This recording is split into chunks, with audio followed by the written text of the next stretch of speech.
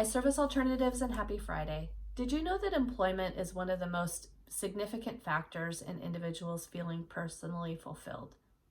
When you add in a respectful work environment, supportive coworkers, and purpose-filled work, that level of satisfaction for the person just continues to rise.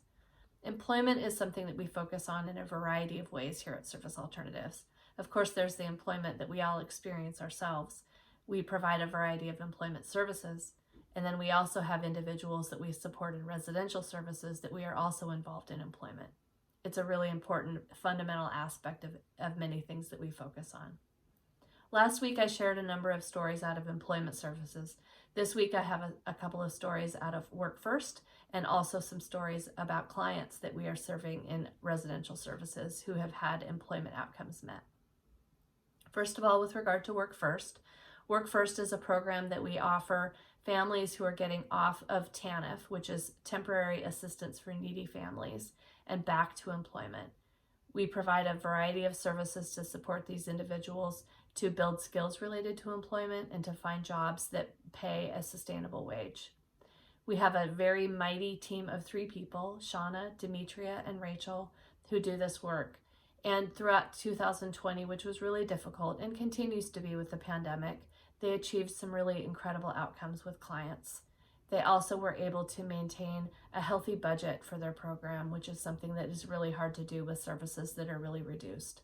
I know they're very much looking forward to increasing caseloads and to serving more families, but this is something to really be celebrated for 2020. We have 3 stories about clients that we're serving in residential services that have found success with employment.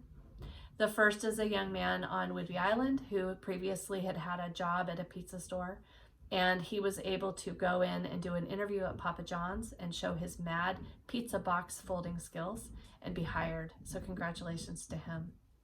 We have a youth down at the Brentwood program, which works with girls with behavioral challenges, and she was successful in getting a job at Chuck E. Cheese's.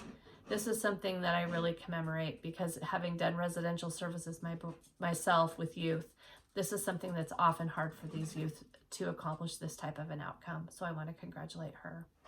And then lastly, you all met Sophia with our Good Day essay, episode 7. Sophia had a New Year's resolution for the year to get a job.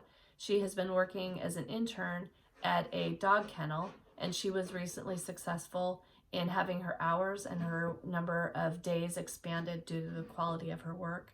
And hopefully she is not too far away from getting a job. I also want to recognize an employee of Service Alternatives who is really, beyond his work that he does here that's so meaningful, he's really made a difference in his community.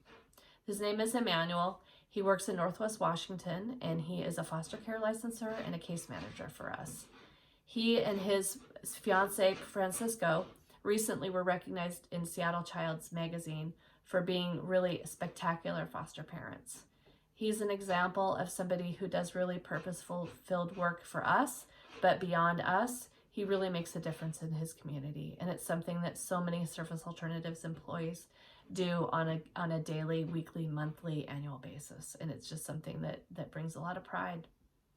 And lastly, there has to be a little bit of a client story. And if you're looking at the email, you'll see a picture.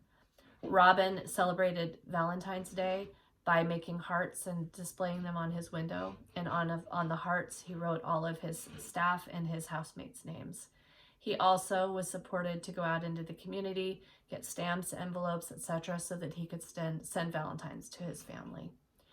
So many things that we need to be focusing on any given day, but especially during the pandemic, is doing something that's meaningful and doing something that's purposeful. And I just want to thank all of you for being a part of that and carrying out our vision every day here at Service Alternatives. Bye-bye.